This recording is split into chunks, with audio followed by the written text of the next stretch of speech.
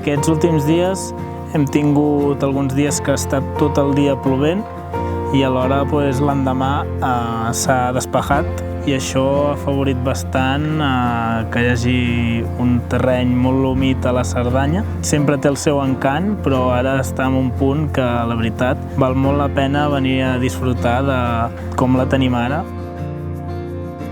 I trobo que és un cap de setmana molt bo perquè tothom s'animi a venir i a fer les nostres activitats. Una de les activitats que tenim preparades per aquests caps de setmana de tardor és l'activitat d'Anem al bosc, on passarem per dins d'un bosc molt xulo, un bosc que està a 2.000 metres, i gaudirem d'un matí pels boscos de la Cerdanya mentre anem mirant si trobem algun bolet per allà al mig.